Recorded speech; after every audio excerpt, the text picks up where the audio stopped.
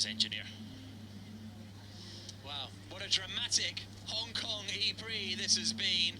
Nicky Shields is down talking to the top three. Sam Bird, Eduardo Matara and Lucas Di Grassi. Sam Bird, I'm behind you. Wow, I mean, that was a game of cat and mouse. Talk us through the end. What happened with Andre Lotterer? It's a shame. I mean, for me, I tried to go down the inside and Andre late defended. It's very slippery down the inside. I braked, locked up and hit him a little bit like what he did with Jev in Santiago last year.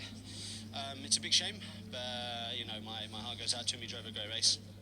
It's a shame they ended that way. But you have ended up the winner once again here in Hong Kong. Yeah, very, very good. Need to see what happens. Thanks very much. We'll have a quick word with Edo Matara back on the podium. This is a nice place to be. I mean, wonderful. I mean, fourth in Santiago.